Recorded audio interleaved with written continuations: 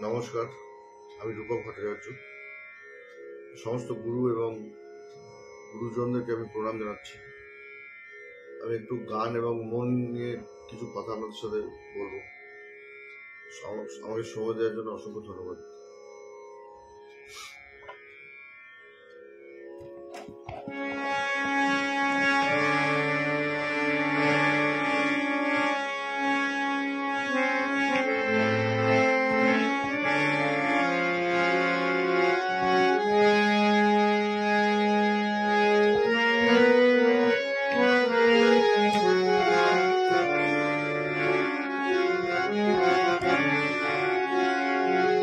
चलो मन जाए घर अपने, चलो मन जाए घर अपने।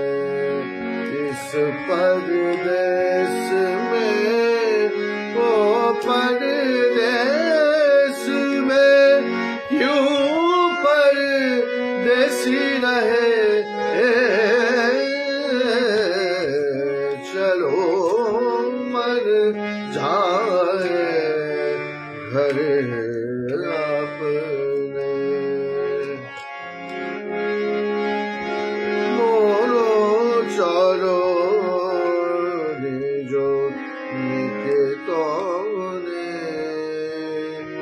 বাহির বিদেশে বিদেশির বেশে ভ্রম কেন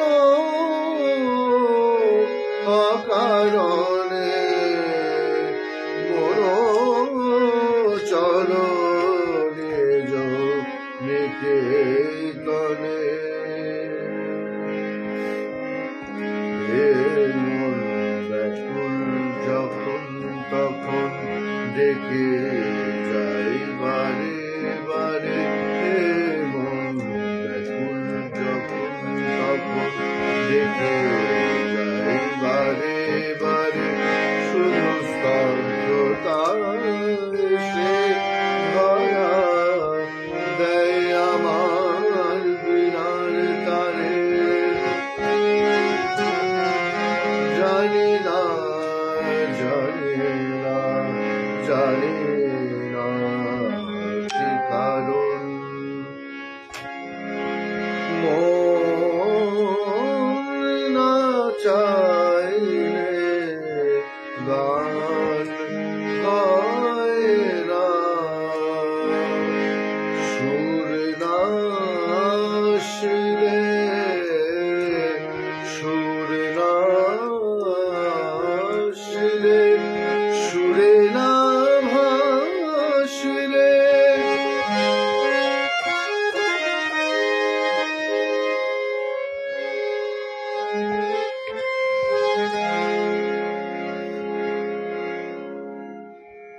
তাহলে দেখা যাচ্ছে যে আমাদের যে মনের মধ্যে কত যে গান লুকিয়ে থাকে। মানে আমরা তো সবসময় গানের মধ্যেই থাকি, শুনছি ছোট থেকে আজ অব্দি। আমরা গান গান ভালোবাসে না এমন কেউ নেই। আর মন সবার আছে। তাহলে এই যে গান আর মন, এই দুটোকে নিয়ে অধ্যয়ন করা যদি যায় তাহলে অনেক কিছু পাওয়া যায়। যেমন ধরুন স্বামী বিবেকানন্দ আমাদের একটা খুবই মন নিয়ে অনেক কিছু বলেছেন। যেমন উনি বলছেন যে যে মনরূপ সূক্ষ্ম যন্ত্রটিকে সম্পূর্ণ বশীভূত করাই হচ্ছে সকল শিক্ষার সকল বিদ্যার উদ্দেশ্য। তাহলে মনটাকে বশীভূত আমরা করবো কি করে? সেটা প্রতিটি মানুষই তার মনকে তৈরি করছে। মনই মনের উদ্ধারের বিষয়।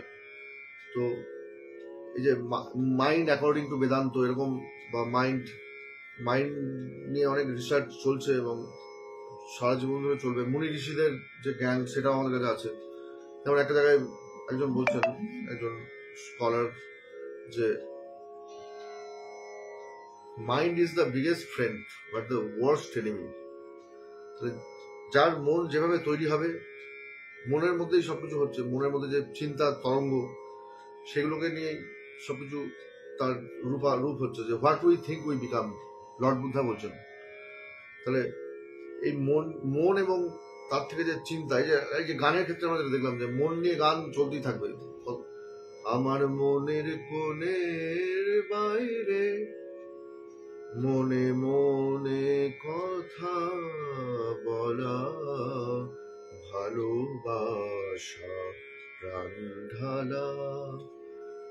তাহলে সঙ্গীতের সাথে মনের যে সম্পর্ক, সেটাকে আমি যেভাবে ভাবছি আর কি, বা সঙ্গীত নিয়ে আমার যে গবেষণা দীর্ঘদিনের, এবং গুরুদের কাছ থেকে যতটুকু আমি শিখছি এবং সেও সারা জীবনে শিখে যাব, সেখান থেকে আমি যেটা কাজে লাগাতে চাইছি সেটা হচ্ছে প্রতিটি ছাত্রের জন্য, প্রতিটি শিশুর জন্য, প্রতিটি ব্যক্তি এটা থেকে অনেক লাভ পেতে পারে। যেমন আমি যে কোনো ইনস্ট্রুমেন্ট আমি বুঝি, যেমন হারমোনিয়ামটাই প্রথমে দেখাচ্ছি, যে আমাকে কোনো ব্যক্তি যদি খুব বড় একজন শিল্পী হতে চায় গানের, তিনি তো গানের সাধনা করবেনই, প্রচুর রেয়াজ করেন এবং সবাইকে করতে হবে এটা। কিন্তু তার বাইরে আমি বলছি, একটু করে যদি মিউজিকটাকে অল্প অল্প করে যদি কেউ খুব ব্যস্ত মানুষ হয়, সারাদিনের মধ্যে 10 মিনিটও যদি সময় দিতে পারেন, তাহলে অনেক কিছু তার লাভ হবে গান বাজনার মধ্যে। সেটা কিরকম, যেমন সা রে গা মা পা ধা নি সা, এটা সবাই জানে। এবার এখানে আমি 4টে নোট নিয়ে যদি কিছুক্ষণ থাকি, যেমন 1 2 3 4 ধা নি রে গা, ধা নি রে গা, ধা নি রে গা, ধা নি রে গা। তারপর আমি আরো নেক্সট 4টে তারপর গেলাম মা ধা নি সা, ধা নি রে গা মা ধা নি সা, ধা নি রে গা মা ধা নি সা, ধা নি রে গা মা ধা নি সা, ধা নি রে গা মা ধা নি সা, ধা নি রে গা মা।